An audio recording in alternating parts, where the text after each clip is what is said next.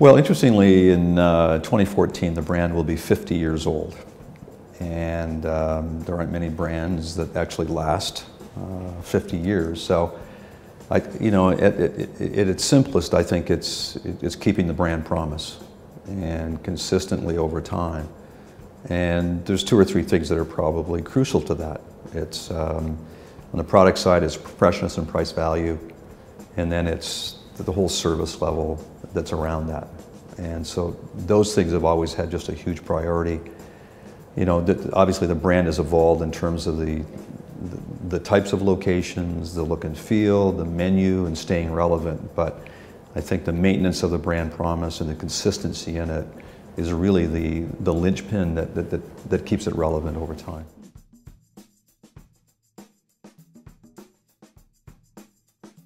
And I think there's both a functional and an emotional connection.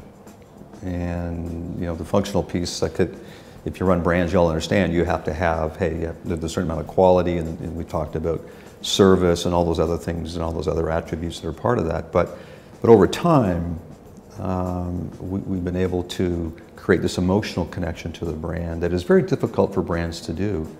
And I think the combination of those two things really is the relevancy versus others.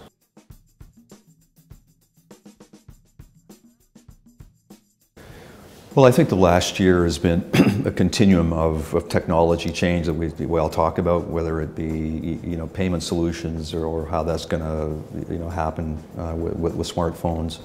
I think the whole social media piece, so the advancement of technology continues.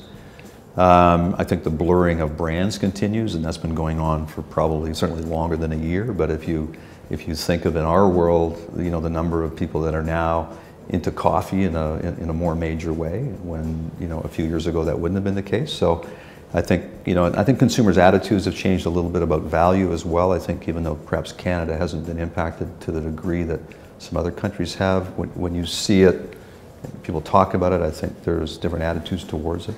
Having news and relevancy, I think the continued development of the social media side, we have the biggest fan page in Canada now on Facebook, so I think some of those things are what would be changes. I think social media obviously has caused everybody to take a look at kind of the mix, or a little less on that side, but the whole digital world and how you go at it. So some of our advertising dollars are now more spent online versus some of the other areas, but we view that world as being just another part of the media mix.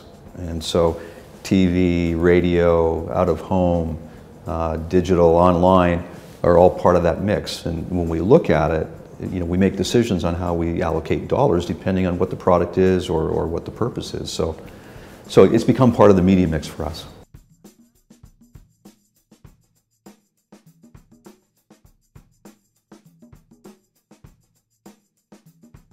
To your point that all five of them make up, the brand. And as I looked at those and said, hey, you're right. We do operate in all of those because we have to. I don't think you get the success by not doing it.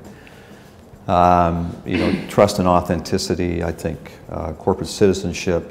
We've evidenced that for 40 years through the Children's Foundation, and where 16,000 children will attend camp this year.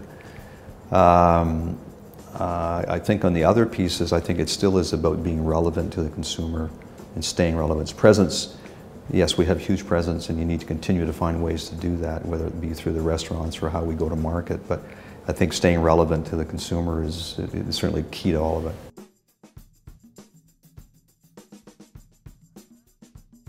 Because I don't know that it's so much that what inspires me, because I think if only you bring to the table what inspires you, then I think you may miss a whole lot. And so I think what we look for inspiration here is a number of different areas. I mean, we do a lot of our own due diligence and understanding, what do you want? And, what's the white space, what's the gap? We look to the brands that are part of your survey that would be worldwide, that would be, yeah, hey, everybody loves Apple, and just amazed at what they can, what they've done, and, can you do those kinds of things? 3M, we work with them in different ways, and just the innovation that goes into that company. And so we look for innovation across the piece from our suppliers, what happens worldwide. So I think there's a broad scope that we look to for inspiration.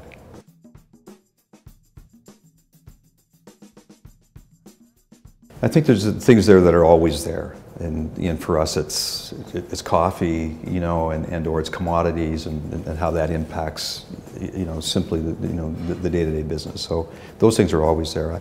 I think for us today, it is really around success of the brand and how you can continue to be number one, and getting there sometimes is tough, but staying there is just as tough. And so when we look at how do we stay relevant, how do we improve, how do we get better, those are things that actually we spent the last 2 or 3 days of last week talking about, because we need to know how to elevate our game. So I think those are the things that we look at.